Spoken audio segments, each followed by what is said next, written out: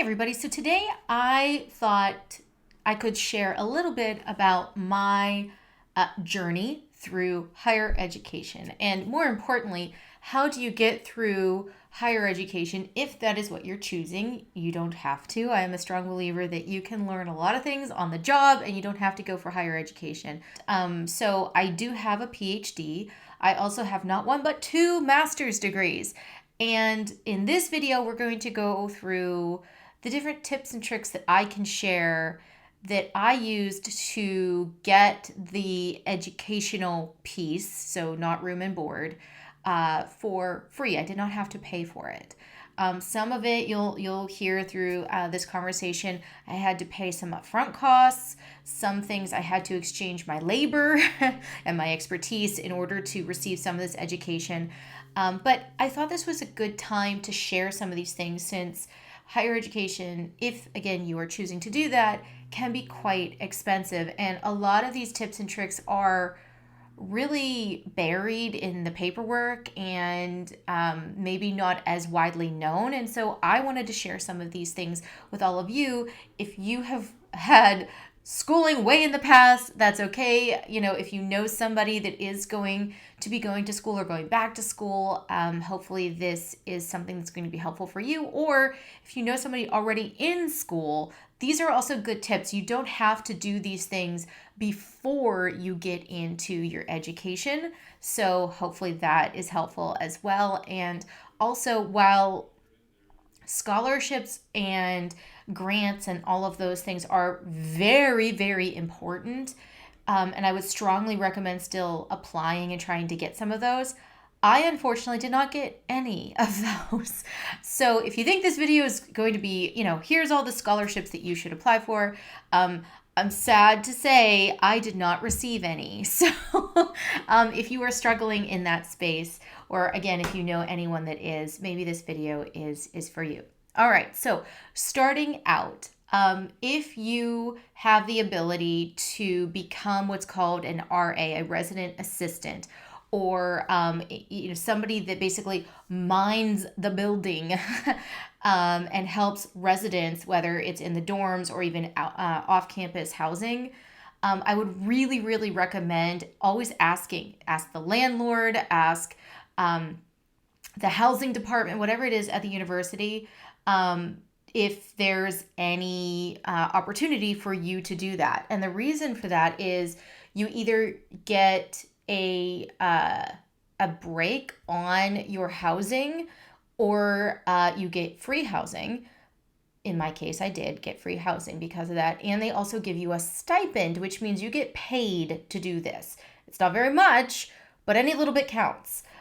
So that's a top thing there. Unfortunately, usually when you live on campus, you also need to normally have a meal plan, and those can be quite expensive. At some point in my career, I decided that I was just going to get the smallest meal plan possible and just make my own food. So obviously that was a cost savings as well. But that's just a general statement. And then also look around for any on-campus jobs that you can get. So I had jobs at the writing center. I did tutoring. Outside of just being a resident assistant, you can assist those that have mobility things that they maybe need some assistance sometimes. All of those things are things that I explored and I did, and that's even as an undergrad. This isn't even getting into the master's program yet. But when I did get to the master's program, the housing that I had was dorm-like, but it was off campus housing, and I went to the landlord and I started to talk to them about things, and it came to light that they did have a program where they had at least one resident that would have, and usually it means that you have the keys to help somebody if they get locked out of their room or if something breaks after hours. You're kind of like the handy person. You don't have to fix it yourself, but you have the call to whoever would fix those things or clean those things up. You do have to make sure that you're willing to work long hours. Most of the time when I was an RA, I had to be awake and alert and dealing with rambunctious, to say the least, students up until 1 or 2 a.m. So just keep that in mind. It's not an easy job, but there is a reason that it comes with a lot of perks. It kind of is a little bit thankless, but you do get a lot of assistance with that. So I did that. And the other thing is trying to become a grad assistant. So in my master's program, I spoke to the chair of my department, some of the other departments that maybe didn't have students that were willing to do that. And basically what that means is you are the gopher. Go for coffee, go for printer, go for research. Oh my goodness, at one point I had to, again, a thankless job, but it does pay, and it does get you some assistance in your actual credits and how much you have to pay for them. So I ended up having to drive from the middle of Pennsylvania the whole way up to the Ford Presidential Library in Michigan for a professor that I was working for. And I had to retrieve something for him. So, and that was all reimbursed. But again, like, just know what you're getting into when you do some of these things. But that was something that took the tuition away for when I was doing that. And again, I had to give my services and do things to make sure that it was a job, right? And I was getting education for that job.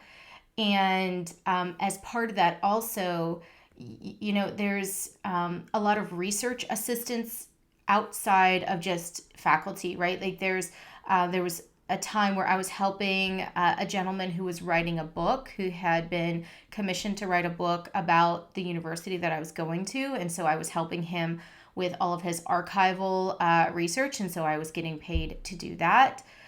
So there's a few things. There's also events. So there's different conventions and different university domain specific big events, and they need somebody to help plan it and organize it and do those things. I did that. And again, I got assistance for doing that, and I got that paid for. The other trick I would say, if you can handle it, no shame if you can't, is most of the time you can take more credits than what is mandatory. So to be a full-time student, normally you have to take a certain amount of credits. And normally you have to pay per credit.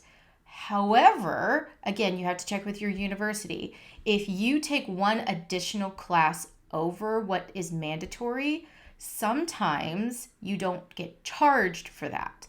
So what that means is, at least for some of my schooling, I could have, because I took an extra class. It wasn't an extra freebie class. It was a class I had to take. I had to get the good grades and all of those things. But it allowed me to finish school earlier than I would have otherwise. And at least in my undergrad, I took an entire semester to do an internship, which again, I had to pay for, but it was a lot of real world experience that was very, very helpful and valuable. And the only reason I could do that was because I had already taken a lot of my other classes as like the freebie class that I tacked on. That also means a lot more effort, a lot more work, but again, it pays off. The other thing is when you are going for a PhD, I don't know if I totally agree with this statement, but I've heard people in my past say that you should never go for a PhD unless you can get it paid for. Again, that is being a grad assistant or a research assistant, or name your thing that allows you to do your education by maybe being a TA, a teacher's assistant, which is oftentimes, depending on what your university is, you're basically teaching the class. The professor maybe tells you like generally what the outline is, and then you're a PhD student at that point, which means this usually doesn't get offered to you until you're like maybe a year or two in. You usually have to take a teaching course before you are allowed to do this, but you're basically teaching. You are faculty at that point. You are going and you are presenting at conferences and hopefully getting I did get some grants for travel to some of those things, but that is where you are basically a professor. At that point, you just don't have your PhD yet. I was working already in a career because I had my first PhD, or sorry, my first master's degree. Geez, I don't want two PhDs. That one is enough.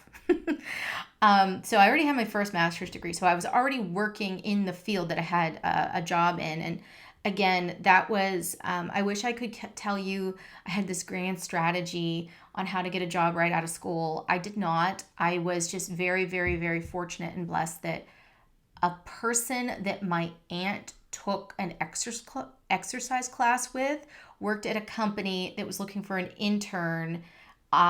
She just talked to that person about me. I went in as an intern. So try to be an intern as much as possible because it gets your foot in the door. And they liked me so much. They were like, wow, we're looking for a new role here. And thankfully I did get that first position. So I was already doing that. So my career already was teaching me things about AI and knowledge graphs and things. And so my PhD topic kind of started to morph a little bit, and I started to look around, and what I realized, and this is what I'm imparting to all of you, is a lot of universities have cooperation agreements with each other. So I grew up in Pittsburgh, and there's a lot of really good universities in Pittsburgh. All of those universities have different specialties, right? So either medical or computer science or nursing or whatever it is. And so because they want their students to be able to share resources, they allow, and you have to check again with your university to make sure this is accurate for you, they allow you to take courses at some of the other universities that are local. And basically what it means is you take it as an independent study course, which at your home university, and then you contact a professor, and you can look up courses at other universities. It's usually open online. And you find the professor that's teaching the class that you want to take at the other university. You talk to them about, hey, can I audit your course? Auditing means you get to sit in on their course, and then you tell them that you want to use it as independent study. Almost always they will say yes, and here's why. Most professors know people are taking their course because they have to. They don't want to be there. But when you have a really interested person that has gone through all this effort to find you at your university and wants to study with you, they're very, very happy to do that. I've never heard anyone actually saying no to that. And so what happens in that scenario is you register at your home university for independent study. You show up to the coursework, and that professor at the other university talks to your advisor. Agreements are made there that, the school that you're going to be taking the course at, that professor is going to grade you just like everybody else. You're going to take the course just like everybody else, but that professor will take your grade and send it to your advisor, who will then put that grade in for your independent study. Do you see why this is so complicated and not many people know about it? It's very convoluted. And I'm sure there's different things at different universities where you have to figure out all of these things. So what this means is you could be a grad student at University A, and you are getting your courses for free because you're a grad student there. And then you take classes at University B, and I didn't have to pay the same price for those credits because I was paying the price of credits at my home university. Another thing, I mentioned that I was working full-time as I was doing this. I had to become an indentured worker for a little bit of time. So a lot of jobs have an educational fund, and you have to make sure you get approval from your manager. And these are all different, again, depending on where you work. But where I was working, there was two options. Either you wanted to just go to school and just educate yourself, in which case the job I had would pay for half of the credits, because it was just, continuing my education for whatever reason. Or you could get your manager to say, this education is going to actually help this individual, me, in their role, and it's going to actually help us as a business that they go back to school for this thing. So thankfully, that's what I did. And so in that case, they paid for all of it. Yes, you heard me right. They paid for tuition, not room and board. But thankfully, I had my own apartment. I had a full-time job, so I didn't need room and board. And again, it depends on your PhD program. Some PhD programs make you have residency, meaning you have to stay on campus, which that's a whole different story. Thankfully, mine did not have that stipulation. So what that meant was I still had to pay up front, and it's usually pay per credit. So I had to pay for my credits up front per semester. And then once I got my grades, I turned those grades into my work HR people that were managing this. And if you got, I think you had to get A or a B. I think B is the lowest you could go. They would then reimburse. And in my case, 100%. So in that case, I still had to come up with the initial amount, but then it got reimbursed. And then what I did was basically I just took out a very little loan to get reimbursed. And instead of just getting a loan each time, I just kept that loan the whole duration of my PhD. And then at the end, when I got my last payout, reimbursement, I just paid off the loan. So that's how I did it. Now, that sounds too good to be true. And the reason for that is because most of the time when you do that through your work, you then are signing a contract to stay on staff for a certain amount of time. And a certain amount of time could be 5 to 10 years. So really go into this with an understanding of what you're signing up for.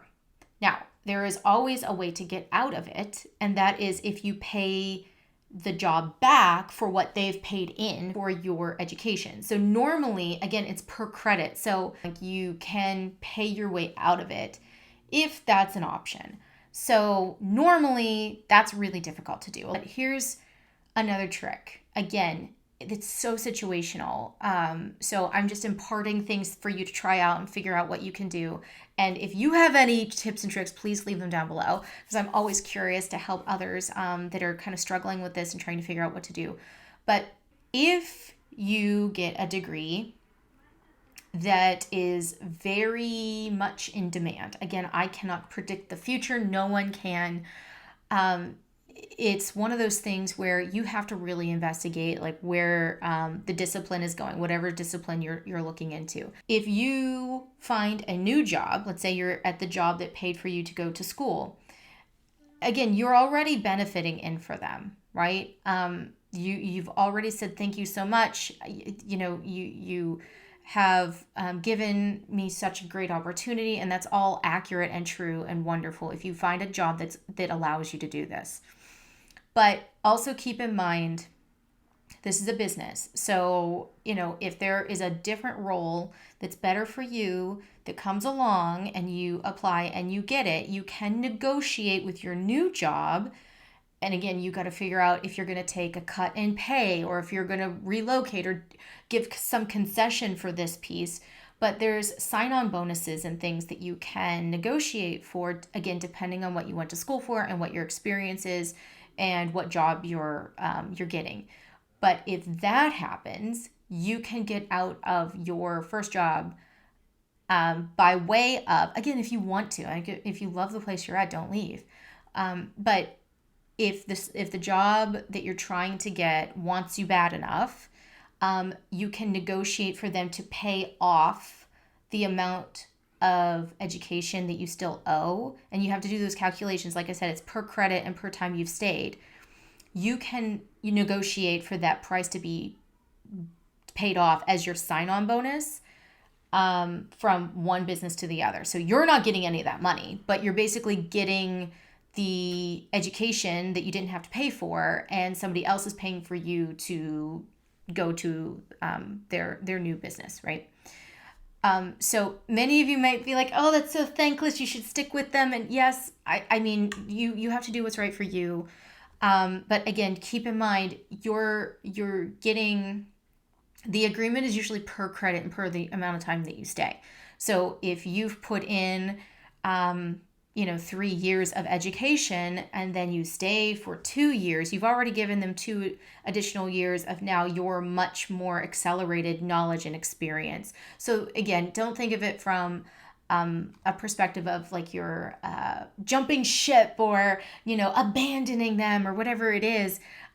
This is part of the contract. Usually everyone has to look at their own contract to see what it says, but this is usually why it's in there, because they recognize that you are improving yourself. You are making yourself a higher commodity, so to speak, of talent, and they know that you're now going to be more desirable. So they're trying to make it hard for you to leave, but they also recognize that that is possible. So they're trying to make sure that they get as much out of the investment that they made into you, and you yourself have to make an investment into whether you're going to stay at that organization or if you need to grow somewhere else.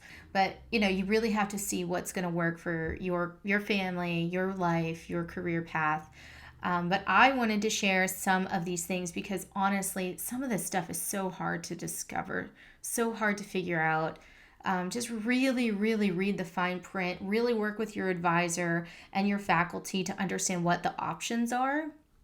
Because chances are there are some little known things that you could be doing. All right, so with that, please make sure you share down below any of these things that you found helpful or any of the things that I missed that you know about. I really do appreciate everybody that has given me an opportunity. I would not be here today doing what I do, talking to all of you without, I'm going to try not to cry, without the amazing people that have been in my life at every organization, every faculty member. It's truly an amazing group of people. And if you can find your people, right? Like the people that are going to surround you and encourage you and help you, that is worth more than whatever education you can get, whatever job you can have. That is so important. The people part is so important because to this day, I'm still helping all of the people that helped me along the way, and they're helping people. And like, it's the pay it forward, right? Like if you can help someone by sharing this video or sharing some of these tidbits, trying to help, somebody get through some of these things, just giving them a helping hand, talking to the people at your organization to see if you can bring internships in or whatever it might be. This is how you change lives, right? And so I also wanted to share all of this in case you know anybody that's going through this, if you really want to, give that helping hand.